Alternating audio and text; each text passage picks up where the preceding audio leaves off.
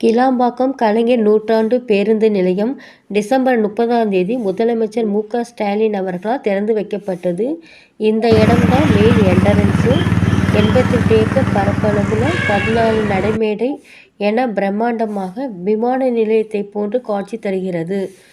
அதிமுக ஆட்சியில் 80% பணியும், திமுக ஆட்சியில் 20% பணியும் முடிந்து இப்போ பயன்பாட்டுக்கு வந்திருக்கிறது. இதற்கு செலவான தொகை பார்த்திங்கன்னா 390 கோடி. சென்னை போக்குவரத்து நெரிசலை சமாளிக்கத்தான் இந்த கிளாம்பாக்கம் பேருந்து நிலையம் ஆரம்பிக்கப்பட்டது. இதன் உள்ளே போனீங்கன்னா இடது பக்கத்தில் பூங்கா பெரிதாக அமைக்கப்பட்டிருக்கிறது.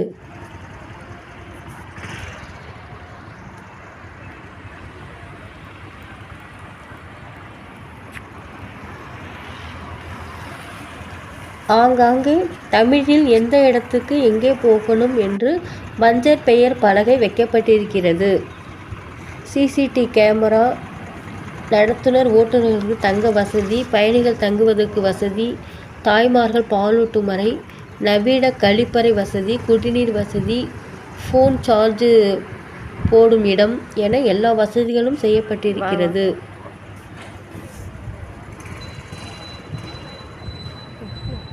இந்த பேருந்து நிலையம் மிக பெரியதாக உள்ளதால் நடப்பதற்கு மக்கள் சிரமப்படுகின்றனர். மக்கள் நடப்பதை தவிர்ப்பதற்கு இலவச பேட்டரி வாகனம் 7-8 இருப்பதை காண முடிந்தது. கார், ஸ்கூட்டர் நிறுத்துவதற்கு அடித்தளத்தில் பிரம்மாண்டமாக நிறுத்துமிடம் அமைக்கப்பட்டிருக்கிறது.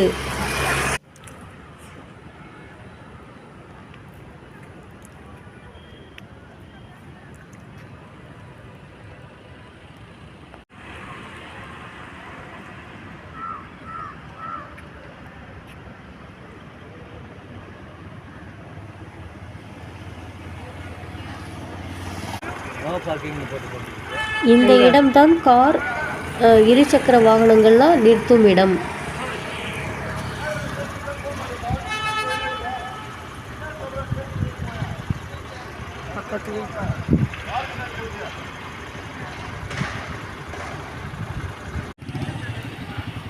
பேருந்து சம்பந்தப்பட்ட தகவலை தெரிந்து கொள்வதற்கு இங்கே போய் கேட்டுக்கொள்ளலாம்.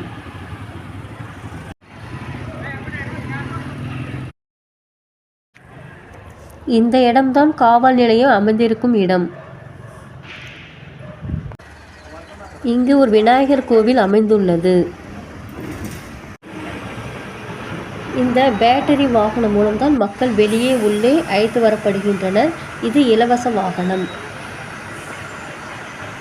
எந்தெந்த ஊருக்கு எந்தெந்த இடத்தில் பேருந்து நிறுத்தப்பட்டிருக்கிறது என்பதை மேலே மஞ்சள் பலகையில் பஸ் நம்பருடன் ஊர் பெயர் எழுதி தமிழில் வைக்கப்பட்டிருக்கிறது.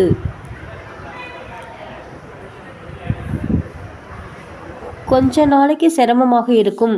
கோயம்பேட்டில் பேருந்து நிலையம் புதிதாக ஆரம்பித்த போது நாம் முதலில் கஷ்டப்பட்டோம், பின் சரியாகிவிட்டது.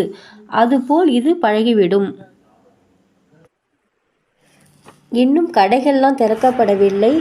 தை மாதம் திறப்பார்கள் போல. இது மார்கழி அல்லவா? ஆவின் பாலகம்லாம் இருக்கிறது.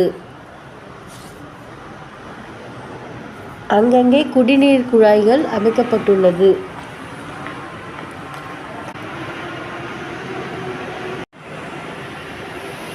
இந்த பேருந்து நிலையத்தை மக்களாகிய நாம் தான் சுத்தமாக பராமரிக்க வேண்டும்.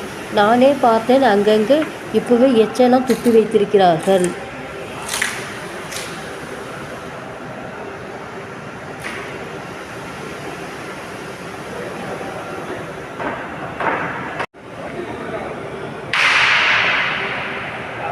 கலைநயத்துடன் ஓவியங்கள் எல்லா இடத்திலும் வரையப்பட்டுள்ளது.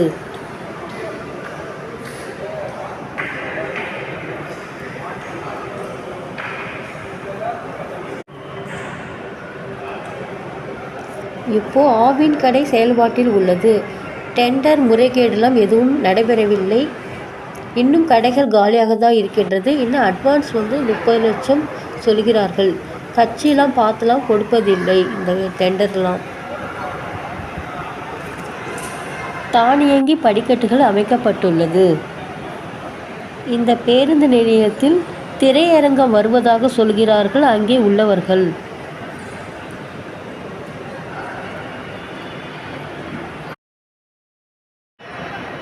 கட்டிடத்தின் உள்ளே நுழைவாயிலில் முன்னாள் முதல்வர் கலைஞர் அவர்களின் சிலை வைக்கப்பட்டுள்ளது.